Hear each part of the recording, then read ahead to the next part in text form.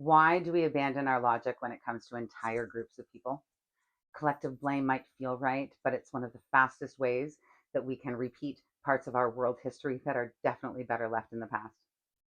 So today we're going to talk about collective blame, what it is, why it happens, and the harm it causes, and definitely how we can stop it individually and collectively. So welcome everyone. Thank you for being here, global citizens. I'm grateful to you. Thank you. So let's start by defining what exactly collective blame is to make sure we all understand. It is the assigning of responsibility to an entire group based on the actions of individuals or an individual within the larger group. Our brains naturally simplify complexity.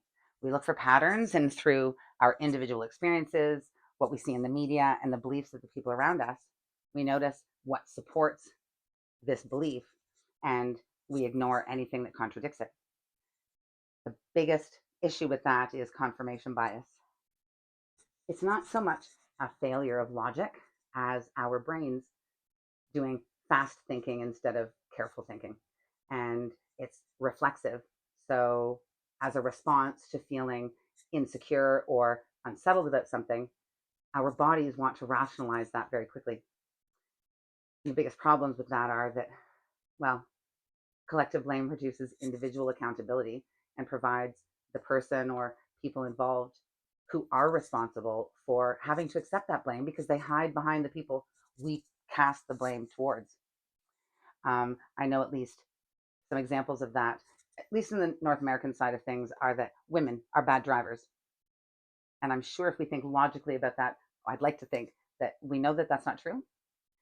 What ends up happening is that we reinforce these stereotypes through our language and social behavior, whether we intend to cause harm or not. But it does cause harm. It causes harm to identity, empathy, and accountability. Um, and that harm doesn't just affect the people we're casting blame to, but it affects the individuals in the group and it affects us as the people doing the blaming. I want to talk just a little bit about that loss of empathy because, and I'll use my American neighbors as an example. You know, when we lose our empathy, it's just easier for us from the outside to forget that not only are we feeling the effects of what's currently happening there, but that they are as well, that there are individuals, there are children, there are families, individual people who are being wronged, suffering injustice, and struggling because of the very people that are causing our difficulties. And well, empathy is too important to me.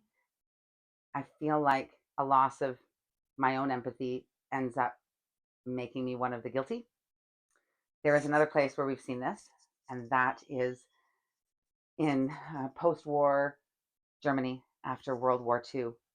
And I think we all know what I'm about to say. And I don't think it's a stretch that we saw Germany as Nazis or Nazi sympathizers. But we forget that there were an entire nation of people that were innocent, that did not choose that, but were stuck in the middle of it. The way many of our American friends are stuck in the middle of what's happening to them right now, and also then the ones who will have to pick up the pieces. One of the ways that this really struck home for me was when Canadians started leaving comments saying that Americans weren't welcome in Canada, or we weren't coming back, or we didn't want them here. And I respect Canadians.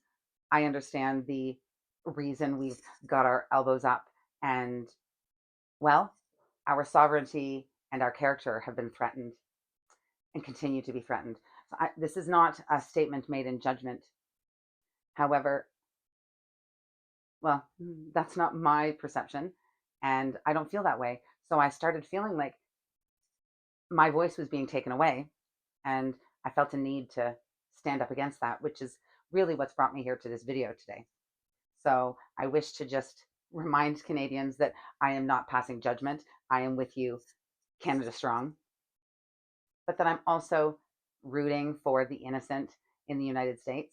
I am still a friendly neighbor who is waving from the other side of the border and cheering you on as you regain control of your nation and rebuild your democracy when you finally have the opportunity for that to happen. And the world, I would like to believe, feels that way too if we all stop and think about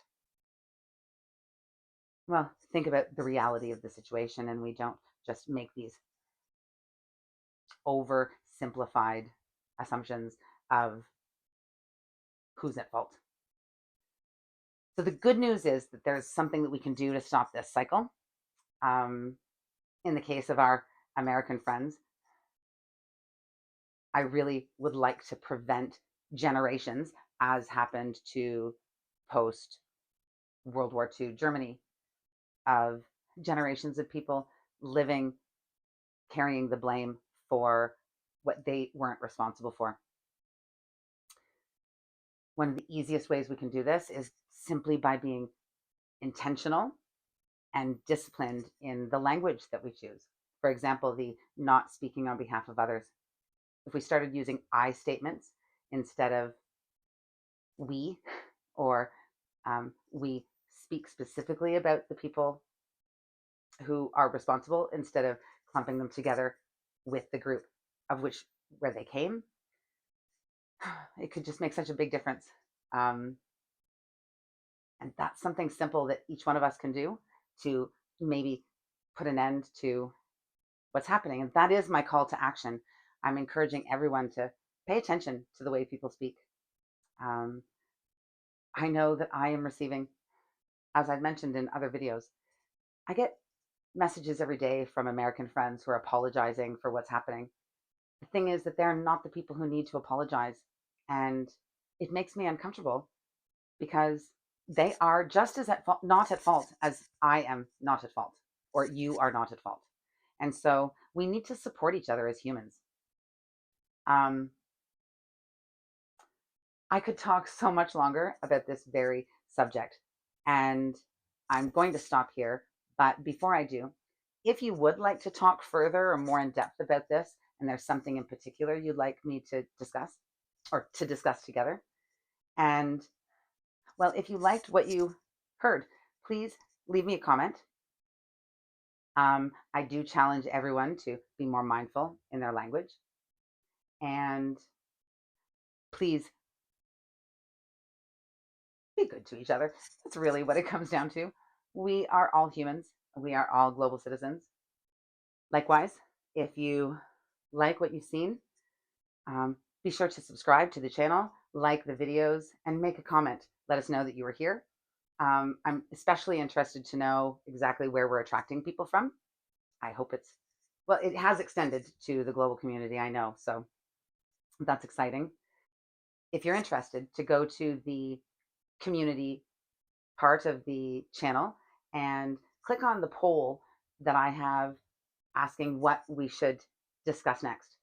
We all have a say, and that's a part of us being a community. And until then, I will see you all in the comments.